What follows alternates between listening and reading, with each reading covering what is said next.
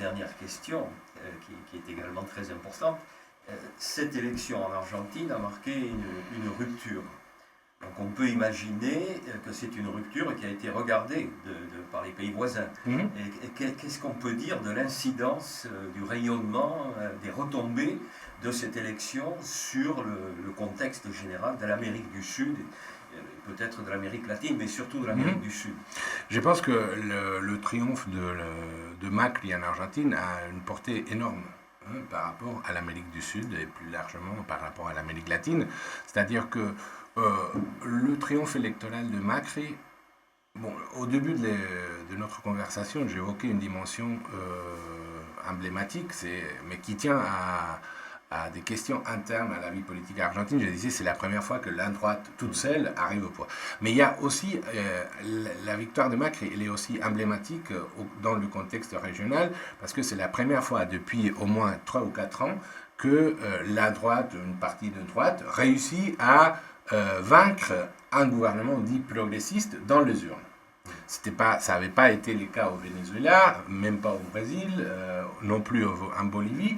Donc, de ce point de vue, c'est aussi très emblématique. Et je pense que la victoire de Macri a une portée régionale. C'est-à-dire qu'elle consolide, d'une certaine façon, un tournant, ce que j'appelle un tournant néoconservateur en Amérique latine. C'est-à-dire, c'est un tournant qui s'exprime de deux façons, grosso modo. Soit par les triomphes électoraux de partis de droite, tel le cas de l'Argentine, soit par des processus de ralentissement des réformes démocratiques qui étaient menées par les gouvernements développementistes, du socialisme du XXe siècle, etc., etc. Donc il y a, prenons l'exemple du Brésil, même si le PT et l'alliance conduite par le PT a réussi la réélection de Dilma Rousseff de justesse, ouais. Mais tout de suite après, le gouvernement du PT a fait une option, surtout en matière de politique économique, assez orthodoxe. Bon, ce qui a fait que Joaquim Levy, un représentant des grandes banques, a été à la tête du ministère jusqu'à 10 jours. Et qui a mené une politique d'ajustement qui a porté préjudice justement au secteur qui était à la base électorale du PT. Donc, le tournant néoconservateur peut s'exprimer de différentes façons. De toute façon, je ne pense pas que ça soit... En fait, c'est des situations très dynamiques. On ne peut pas dire que l'Amérique latine a penché à droite sur l'ensemble du continent. Ce n'est pas vrai. Il y a des expériences qui continuent, mais il y a des signaux très inquiétants, notamment le triomphe de Macri, d'où justement la politique extérieure de Macri s'est tout de suite orientée à frapper le Venezuela et à mettre en question la légitimité du gouvernement Maduro, etc., etc. Donc même si on peut discuter, bon, on n'a pas le temps de discuter sur la situation au Venezuela, non. Mais je pense que... plusieurs émissions. Bah oui, voilà. Mais je pense que c'est...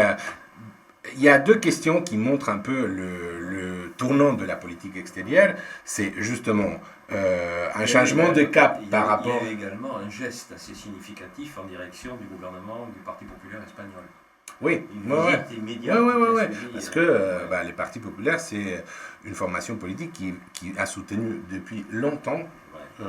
Et qui a la même analyse sur le Venezuela. Exactement, ouais. Voilà. Donc, sur la politique régionale, il y a un changement de cap très clair, c'est-à-dire tentative d'affaiblissement de tout ce qui a été expérience alternative d'intégration et une réorientation de la politique extérieure vers les accords commerciaux qui sont promus par les États-Unis, l'Alliance du Pacifique, etc.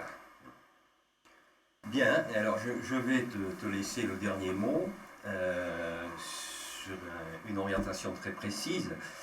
Comment tu juges la façon dont en France on parle de l'Argentine dans les grands médias ? C'est bon, ce qui s'est passé avec... Non, pour dire... parce qu'on n'a pas beaucoup parlé en fait.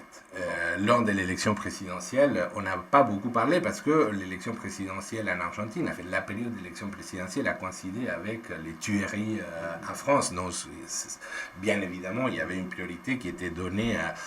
Mais je pense que et là-dessus, il faut faire des différences aussi, parce que bon, les médias, c'est un monde très hétérogène. Mais je pense que le milieu des affaires avait une vision plutôt favorable, hein, à Macri. Et donc,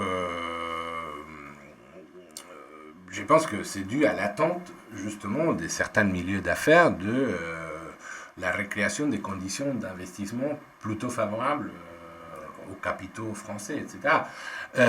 Dès la part des partis politiques, je n'ai pas vraiment entendu des réactions très, très ouvertes, hein, mais bon, c'est lié au fait qu'il y avait les affaires, enfin, la commotion à cause des attentats, et puis bon, ça s'est enchaîné avec les élections régionales en France. Donc, voilà. Bien, mais merci Emilio, et je t'en prie, rendez-vous dans quelques mois, j'espère. D'accord. On aura certainement un peu plus de recul pour juger des effets de la politique du nouveau président argentin. Merci beaucoup.